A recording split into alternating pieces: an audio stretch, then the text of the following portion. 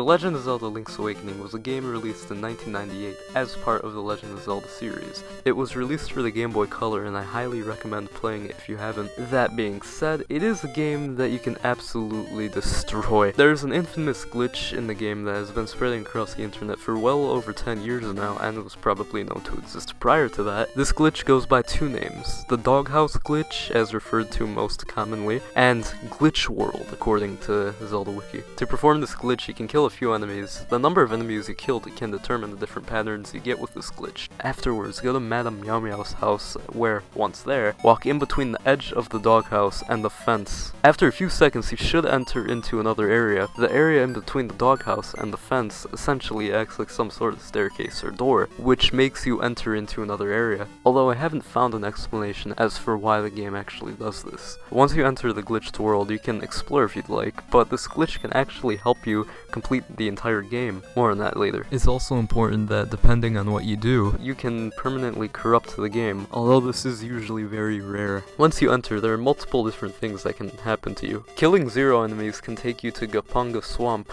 but is essentially useless. Killing 1 enemy teleports you to a glitched bottle grotto with absolutely no music. This is a common pattern with this glitch. When we kill one enemy here, certain sprites, usually enemies or characters, are different from what they're supposed to be. Killing the amount of enemies before going into the glitched world can sometimes change these sprites.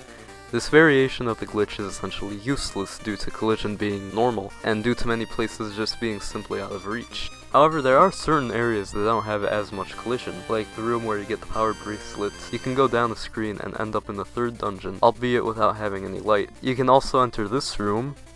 Yeah, I think that's about enough for this variation. Killing 2 enemies can take you to a glitched bottle grotto before abruptly teleporting you to a glitched Madame Meow Meow's house with no collision. If you head down the screen, you will end up in Canalit Castle, where the enemies are replaced with the sprite for the character Crazy Tracy. This variation of the glitch is a bit more interesting than some others, and even though it may not be the most helpful, it can still bring you to other parts of the game. Anyway, further exploring past the castle, you'll end up in a glitched fishing minigame screen. You can also end up in a glitched moblin hideout, several caves, a glitched eagle's tower, the final boss, a glitched turtle rock, and the list just keeps on going. It's also important to know that you can easily get trapped, and the only way to get out would be either to play Mambo's Mambo or to reset the game. Also, another common thing that can happen is that you can end up in a room from the first temple, Tail Cave, but this room is out of bounds and is impossible to escape unless resetting the game. But overall, this glitch is quite fun to explore. Killing 3 enemies can take you to another glitched bottle grotto. Here, there is less collision than the other variation. Also, going downward from where you started will bring you to a glitched Madame Meow Meow's house,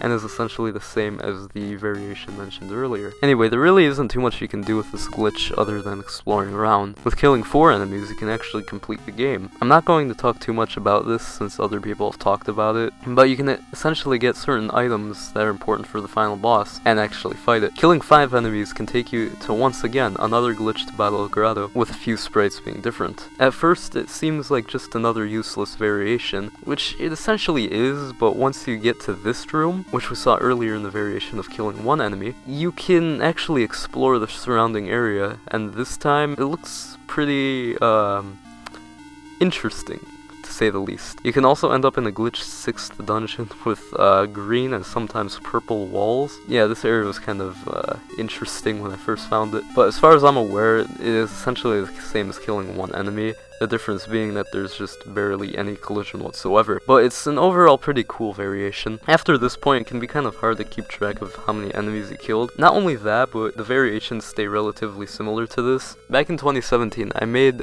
somewhat of a spreadsheet of what could happen if you kill a certain amount of enemies, and after about killing like 12 enemies, it stayed relatively the same. I tried killing like about 17 enemies, and they were all essentially the same. So yeah, that's really all there is to say for this video.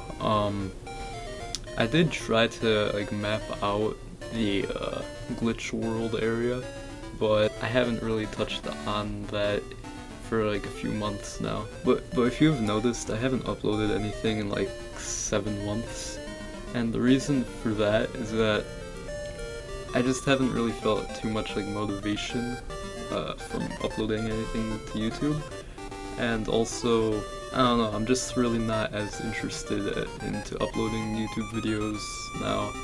However, I will try to upload more now, so that's about it. See you in the next one.